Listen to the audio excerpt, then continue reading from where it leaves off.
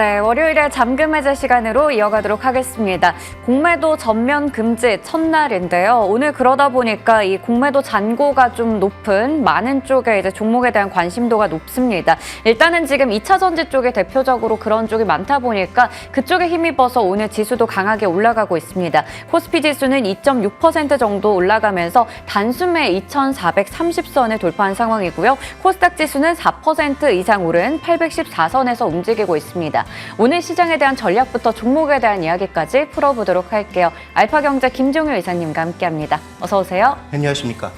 네, 먼저 머니맵 통해서 시장의 전반적인 흐름을 체크해보고 가도록 하겠습니다. 자, 오늘 빨간불이 가득한 시장이 되겠습니다. 말 그대로 정말 2차 전지 쪽, 이쪽이 상당히 강합니다. 지금 LG 에너지 솔루션이 15% 정도 올라가고 있고요. 에코프로도 다시 70만 원 선 위로 올라가 있죠. 21% 이상, 에코프로 BM도 18% 정도 올라갑니다. LG화학이나 포스코 퓨처엠 등등의 종목들 대거 급등세가 나오고 있고, 반도체 쪽에서는 지금 삼성전자 만이 좀 쉬어가고 SK하이닉스 그리고 나머지 종목들 한미반도체, 삼성전기, LG이노텍 등등의 종목들 다 같이 올라갑니다. 헬스케어나 자동차 쪽도 괜찮은 것 같고요. 철강이라던가 운송 그리고 엔터 콘텐츠 게임 쪽도 괜찮고요. 건설 기계, 로봇까지 다 같이 좀 올라가는 시장인데요. 여기서 어떤 포인트 잡으면 좋을지 개장 특징주 열어보도록 하겠습니다. 자, 먼저 오늘 얘기해봐야 될 건 2차 전지일 것 같은데요. LG 에너지 솔루션 마침 10월 26일에 한 번 또 얘기를 주셨었던 종목이거든요. 지금 최고가 기준 수익률은 11% 정도를 기록하고 있습니다. 오늘 정말 이 2차 전지 대표적인 종목들 다 같이 올라가고 있는데요. 사실 공매도 전면 금지가 이제 되면서 여러 가지 종목들이 같이 좀 힘을 받지 않을까 싶었는데 장 출발하자마자 2차 전지 쪽에 너무 쏠리는 게 아닌가라는 우려도 있어요. 어떻게 보셨나요? 네, 일단 증가 속도로 봤을 때 아마 2차 전지 쪽이 가장 심하지 않았을까라는 부분. 그다음에 이 공매도 청산이라고 하는 것이 결국 주가가 강하게 밀고 올라와야 또 청산이 많이 되는 거거든요. 그러니까 이게 7월 달에도 그랬지만 주가의 상승 자체가 공매도 청산을 만드는 그런 양상을 만들어내고 있다는 측면에서 결국 이 공매도 청산도 잔고만 많다고 해서 그 수혜가 되는 것이 아니고 얼마나 밀어올릴 힘이 있느냐가 관건인데, 결국은 2차 전지 쪽을 선호하는 그런 투자자들이 여전히 많다 보니까, 그다음에 또 단기적으로 늘어난 공매도 물량이 많다 보니까 이쪽으로 들어오는 신규 매수, 거래 증가 이런 것들이 청산까지 같이 불러오고 있는, 그래서 장 초반에 외국인 매도에서 외국인 매수로 전환시킨 가장 중요한 종목이 LG에너지 솔루션이었습니다. 네. 그래서 전기전자 업종에 대해서 매도였다가 매수로 빠르게 반전되면서 매수 금액이 증가하고 있는 가운데 가장 오늘 기여하고 있는 종목이 전기전자 업종의 LG에너지 솔루션이다. 이런 부분들은 분명히 의미가 있고요. 다만 이게 지금 공매도 금지라고 하는 이벤트 때문에 폭발한 것이기도 하지만 또 우리가 뒤집어 보면 고금리, 고유가 이런 것 때문에 내린 거거든요. 근데 지금 이게 전부 꺾었단 말이죠. 미국채 10년물도 꺾였고 유가도 90달러 넘어가는 줄 알았다가 80달러 초반 내려와 있고 환율도 1,360원에서 1,310원으로 떨어져 있습니다. 그러니까 이런 거시지표가 변할 때 어떤 모습을 보일지 살펴볼 필요가 있겠고요. 그다음에 이 공매도 청산 효과는 말씀드렸던 것처럼 이렇게 강하게 계속 밀어 올려야 발생하는 것이기 때문에 누가 사줄 것인가에 대한 고민이 지금부터 좀 필요하지 않나. 그래서 지난번에 말씀드렸을 때는 조금 이 하락이 과도하지 않느냐라는 측면에서 말씀을 드렸다면 오늘까지의 반등은 저는 그래도 합리적인 반등이라고 보는데, 추가적으로 만약에 급등했을 때는 그런 요소들, 누가 더 밀어 올릴 것인지, 거시지표는 변하지 않는지, 이런 부분들에 대한 고민이 좀 필요하지 않을까 이렇게 보고 있습니다. 네, 그렇다면 지금처럼 이렇게 2차 전지 쪽에 올라갈 때 이제 여기서 또 빠르게 또 수익을 실현해야 되는 것인지 어떻게 보시나요? 지금 할 필요는 없죠. 말씀드렸던 것처럼 거시지표발로 오른 거고 제도 때문에 오른 거기 때문에 제도가 바뀔 일은 없잖아요. 네. 그러면 제도로 인해서 들어왔던 그 단기 매수의 강도가 약해지면 정리해야 되는 거고요.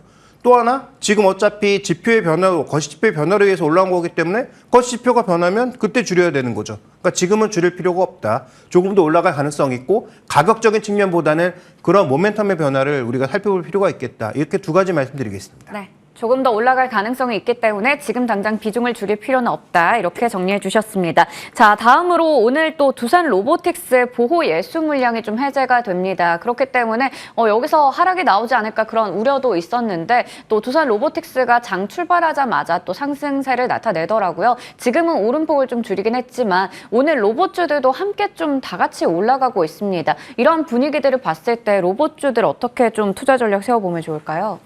네, 로봇주 전체적으로는 저는 이 거시지표의 흐름과 맞물려서 2차 전지와 같이 봐야 된다라고 보고 있고요. 두산 로보틱스는 조금 다른 게 수급적인 수혜를 받기가 좀 어렵습니다. 다른 종목과 마찬가지로 이 종목이 뭐 공매도로 인해서 하락했는가? 정확한 수량을 우리가 측정할 수는 없겠지만 지금 뭐 지수에 편입되어 있는 것도 아니고 그다음에 여러 가지 요소를 살펴봤을 때 그런 효과를 다른 종목과 동일하게 적용하기 어렵다는 거죠.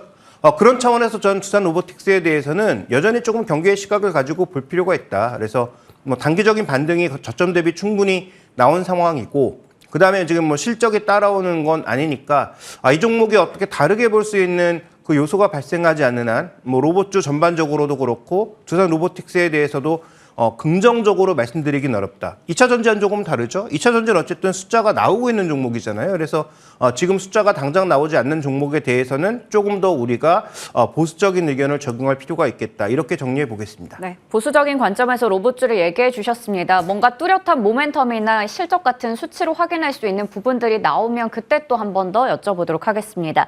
자, 그러면 오늘의 잠금 해제 종목들 하나씩 풀어볼 텐데요. 첫 번째 종목은 나무가입니다. 수출 회복에 수혜를 받아갈 수 있을지 첫 번째 투자 포인트 열어볼 텐데요. 나무가 정말 오랜만에 들어보는 것 같아요. 카메라 모듈 부품 관련해서도 우리가 체크해볼 부분인데 이 스마트폰 시장에 대해서 먼저 얘기해 보겠습니다. 아이폰 15이 나온 지도 이제 좀 시간이 지났고 지금 국내 스마트폰 시장 어떻게 좀 진행되고 있나요? 네, 이 종목은 뭐 애플과는 관련이 없고요. 전형적으로 삼성전자와 관련이 있는 네. 종목이죠.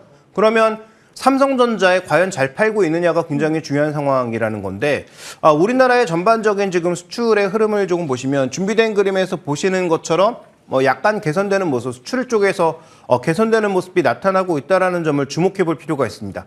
그래서 지금 삼성전자의 3분기 실적에서도 그나마 선방한 게 반도체 쪽에서도 적자가 줄었지만 지금 디스플레이 쪽이라든지 휴대폰 쪽에서 일부 물량의 증가가 있었다라는 거죠. 그런데 나무가 핵심 포인트는 뭐냐면 올해 한 3, 4월 달까지 무슨 얘기가 계속 이어졌냐?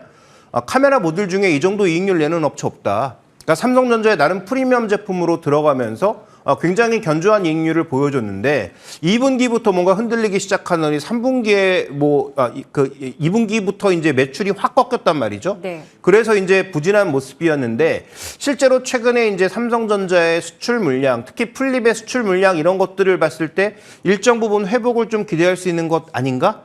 이런 부분들을 좀 고민해 봐야 될 것 같아요. 그래서 전체적으로 예전만큼의 영화를 누리긴 어렵지만 어쨌든 그럼에도 불구하고 지표상으로는 분명히 좀 회복 흐름이 나타나고 있는데 주가는 계속 하락 흐름만 있었기 때문에 3분기 실적까지는 뭐 의미 있는 반등이 어렵다라고 하더라도 일단 뭐 중국의 광군제, 그다음에 연말 소비로 이어지는 그런 구간에서 일정 부분의 삼성 물량이 좀 더 늘어날 수 있고 삼성 S24에 대한 기대감이 높아진다면은 그러면 나무가도 주가 회복은 일정 부분 가능하지 않을까 이렇게 좀 봐야 할 것 같습니다. 네. 삼성전자 쪽의 스마트폰의 수출 추이를 좀 체크해 보면서 이제 그 다음 분기의 실적에 대한 기대감까지 가져볼 수 있을 것 같은데요. 그러면 카메라 모듈 쪽에서는 의미 있는 수출의 증가가 나타나고 있나요? 네, 아주 의미 있는 수출의 증가가 나타나고 있죠. 준비된 그림으로 보시면 명확하게 나오는데요. 자, 지금 판매량. 이 스마트폰이 아니죠. 이 잘못 나온 것인데 지금 카메라 모듈입니다. 자, 카메라 모듈 쪽에서의 전반적인 흐름을 살펴봤을 때 보면은 지금 이 그림도 잘못 나왔네요. 전체적으로 지금 뭐가 늘어나고 있냐면 물량 대비해서 금액이 대폭 증가하고 있습니다. 네. 그러니까 물량이 별로 증가하지 않았는데 금액이 대폭 증가했다. 자, 이 얘기는 무슨 얘기냐면 결국은 비싼 걸 많이 팔고 있다는 얘기거든요. 그러니까 수량이 그만큼 늘지 않았는데 금액이 대폭 증가한 것은 상대적으로 고가 물량. 근데 나무가가 뭘 하고 있냐면 3D 센싱 모듈이라든지 이런 거 같이 하고 있거든요. 그러니까 우리가 여기서 같이 봐야 되는 것은 LG이노텍, 삼성전기, 나무가라든지 상대적으로 좀 고수익성을 낼 수 있는 비싼 모듈 파는 거 주목해 볼 필요가 있을 것 같고요. 그다음에 스마트폰이 안 팔렸는데 왜 저게 그렇게 올라갔을까를 살펴보면 결국은 자동차라든지 그다음에 뭐 XR, AR 이런 기기 쪽으로 뭔가 그 드라이브가 있었다라는 거죠.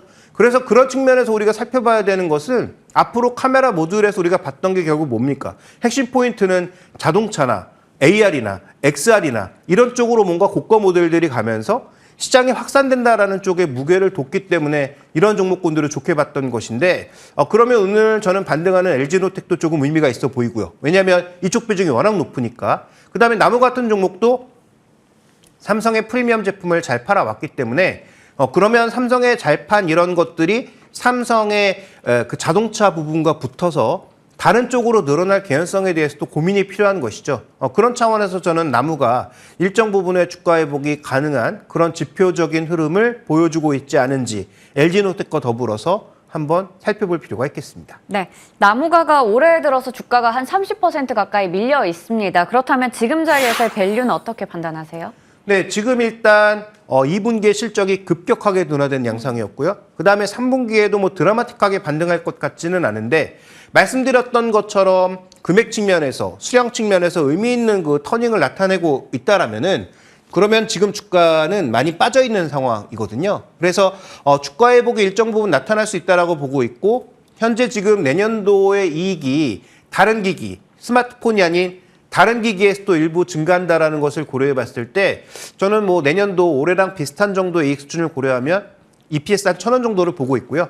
그러면 PER 10배가 아니라 이 종목은 약간의 프리미엄을 줄 수 있는 그런 종목이라는 측면에서 뭐 LG노텍만큼 받기는 어렵고 그거보다 할인된 한 15배 정도를 적용해 보면 15,000원 정도의 주가 흐름을 한번 기대하고 올해 한 4분기 혹은 내년 1분기 정도의 목표 가격 달성을 예상해 볼 수 있지 않을까 이렇게 보고 있습니다. 네, 올해 4분기에서 내년 1분기 정도를 보면서 목표 주가는 15,000원 제시해 주셨습니다. 다음 종목으로 넘어가 보겠습니다. SK이노베이션 체크해 볼 텐데요. 이제는 위를 볼 때인가 일단은 11월 들어서 좀 어느 정도 턴하는 모습이 나타나고 있는데 오늘 5% 정도 올라가고 있습니다. 첫 번째 투자 포인트 보면서 이야기 나눠보도록 할게요.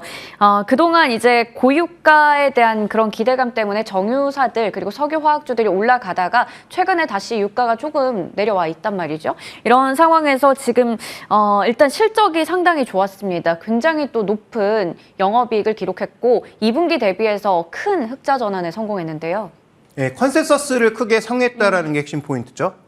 그래서 근데 그 이익의 상당 부분이 유가가 올라가면서 재고자산 평가 손실을 다시 환입한 부분이 꽤 작용을 했고요.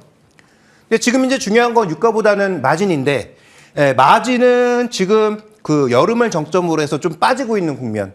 근데 2016년과 22년의 평균 정도의 가격 수준이란 말이에요. 근데 이 정도의 가격만 마진이 유지를 하면은 그러면 실적은 뭐 일단 석유화학 쪽에서는 꾸준하게 발생하면서 최소한 마이너스는 나지 않는, 그러니까 적자 전환되거나 다시 급격하게 하락하지 않는 그런 모습을 보여줄 수 있다.